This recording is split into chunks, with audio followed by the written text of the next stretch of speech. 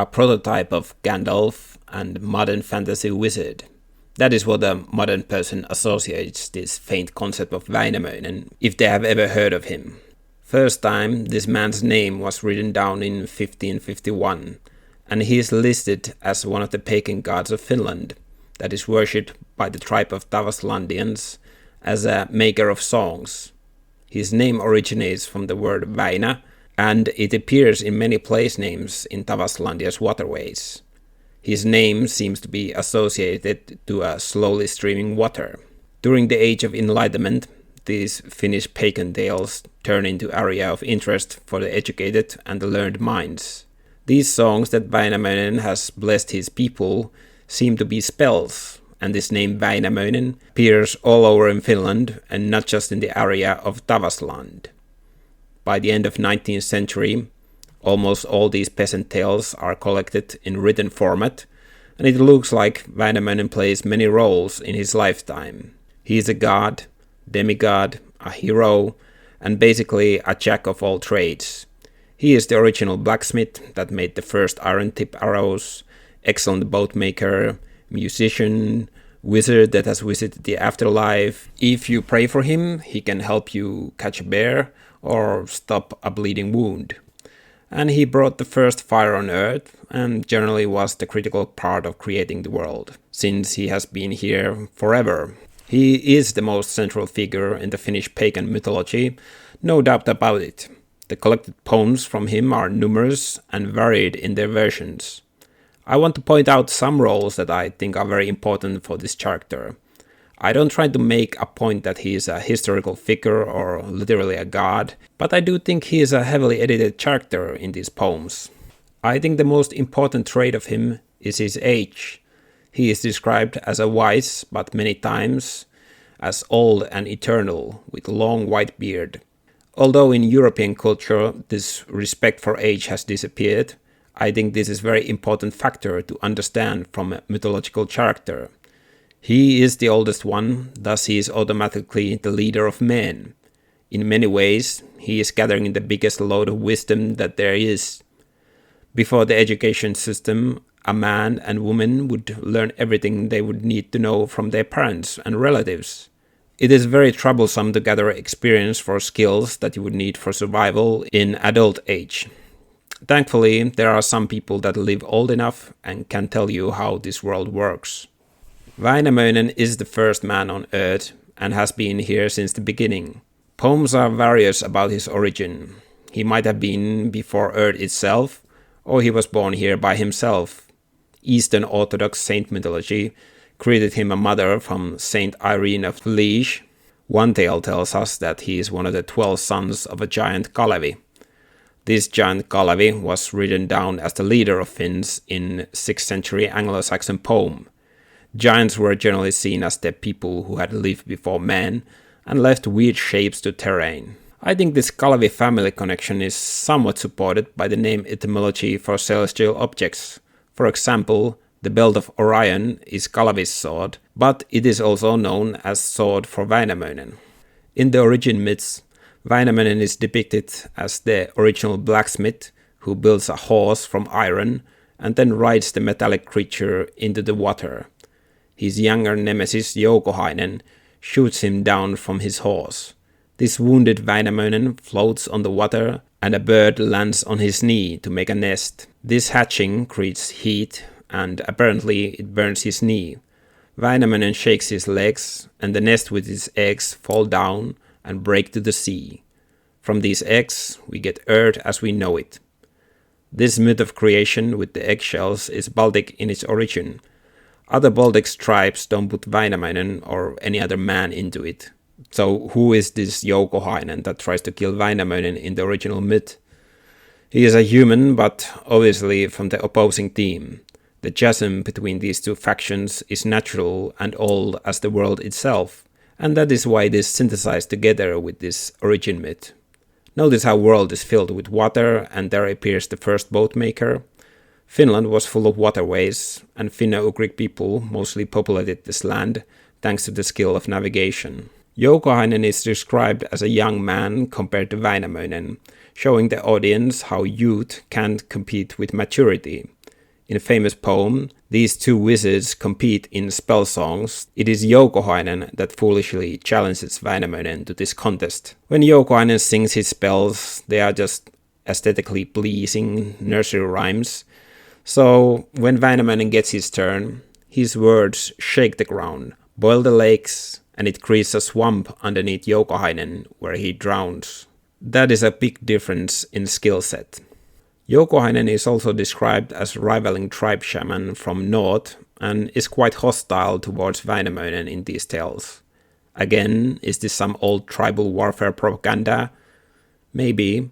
I think the funniest poem is the one where Joukahainen laments how he has promised his younger sister to be a wife for Väinämöinen. But the mother of Joukahainen does not give any sympathy, but is actually quite pleased to be married in such prestigious house as Väinämöinen. So, in the origin myth, we know this Väinämöinen is the one that separates us from the other tribe. But I think this is a good time to turn our attention to the most prominent skills of Väinämöinen. He is a spellcaster, and these spells are songs. You could say that he has the spell of immortality, because here we are, talking about the original songmaker, who hasn't been for thousands of years on this earth. It is a very meta point, but think about it for a moment. Words greet this world in many ways. If he is the original songmaker, then you must know that there is quite clear language rules for this runic poetry. It requires skill to memorize these tales, but that process can be helped with steady rhythm, instrumental music, rhyming words, and easy number rules for poems. It has brought him and all other mysteries from Stone Age to this present day. That is a real shaman mind trick. We modern people live in uncertainty with the world, but not the ancient people. They didn't have theories, they could tell you how the world is built, and these origin myths were essential to spells. That is why in many adventure tales, Väinämöinen puts a lot of effort to travel, even to afterlife, to gather lost words and meanings to explain it all to us. Once you know the origin myth of iron, for example, you can make a spell to stop the bleeding from a wound that is made by an iron weapon. Väinämöinen also takes time to create a musical instrument. The tales describe how Väinämöinen builds a magical string instrument from a giant pike's jawbone. Obviously, the instrumental music is an important aspect for these spells, but I find it interesting how Väinämöinen is acquiring these king myths by being a slayer of gigantic beasts. There's another tale where he travels inside to a sleeping giant's belly to gather a lost word. Quite interesting attitude that he searches for wisdom instead of treasure. This sleeping giant is apparently a fellow shaman who is believed to be dead because he has fallen into a trance state between life and death. Väinämöinen manages to wake him up from this state and receives the lost knowledge of the creation of the world. These shamans usually got their messages from afterlife, and Väinämöinen does exactly that by traveling to the realm of shadows. This time he needs a tool or a spare part for his broken sledge, and this is obviously the best place to go look for one. He makes his might quite obvious in this one, because he asks ordinary people to fetch this tool for him, showcasing that he is the only one who can do it. I think this ability to travel in afterlife is mixed with his ability to be an excellent navigator and shipbuilder, because there's the river of the dead that needs to be crossed. The river of the dead, of course, separates the living and the dead. He tries to lie to the guard that he is actually dead, but eventually just admits the purpose of his quest. Then he gets to pass this black river of death. He finds his time in the afterlife quite unpleasant, and turns himself into a snake, and escapes this realm of shadows. Then he gives everyone a lesson how they should not travel there while living. I guess eventually they will all end up in there, but his point is not to do what the shamans do with their transcendental experience. The trip is too powerful for normal people. Compared to other Homeric heroes that appear in Finnish mythology, he does not fall into despair and take his own life or lose his life in peril. He actually learns and tries to give the lesson for his audience afterwards. For example, he appears as the counterpoint for blacksmith Ilmarinen, who is trying to get over the death of his wife by building an artificial woman from gold and silver. Väinämöinen tells him that this is an act of madness, and tells all of us not to worship gold or silver. If you happen to spend your money in OnlyFans, then you should read this tale and follow this ban on artificial women. But Väinämöinen is in many tales as the moral counterpoint that gives the right lessons in life. You should not do harm against the innocent, steal from those that have less, mourn too much about the dead, or marry a woman that is too young for you. And then there are many supernatural rules that don't mean much to us, like bringing yeast from far north. But I personally do hope you will follow that one also.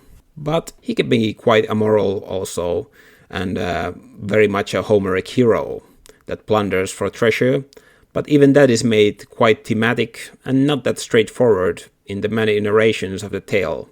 I'm talking about the stealing of Sampo. Apparently Väinämöinen and 2 other heroes try to get a bride from the northernmost tribe. They are given many feats, but when the task involves building a wonder machine called Sampo, then the blacksmith Ilmarinen wins the bride for himself. Sampo is a really bizarre magical item that produces unlimited amount of wealth. Although the bride is quite beautiful prize, she dies soon after the marriage, and Ilmarinen wants another daughter for himself.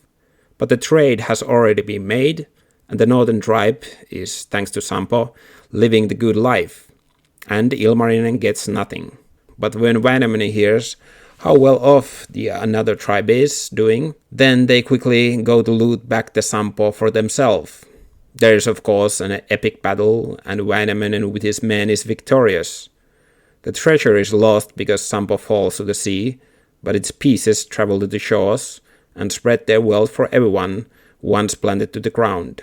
Sampo is a very difficult concept to understand, but in the defense of Väinämöinen, it is not most likely a weird treasure chest or windmill as it is sometimes depicted, but some sort of pillar of the world or world tree that is connected to the world origin.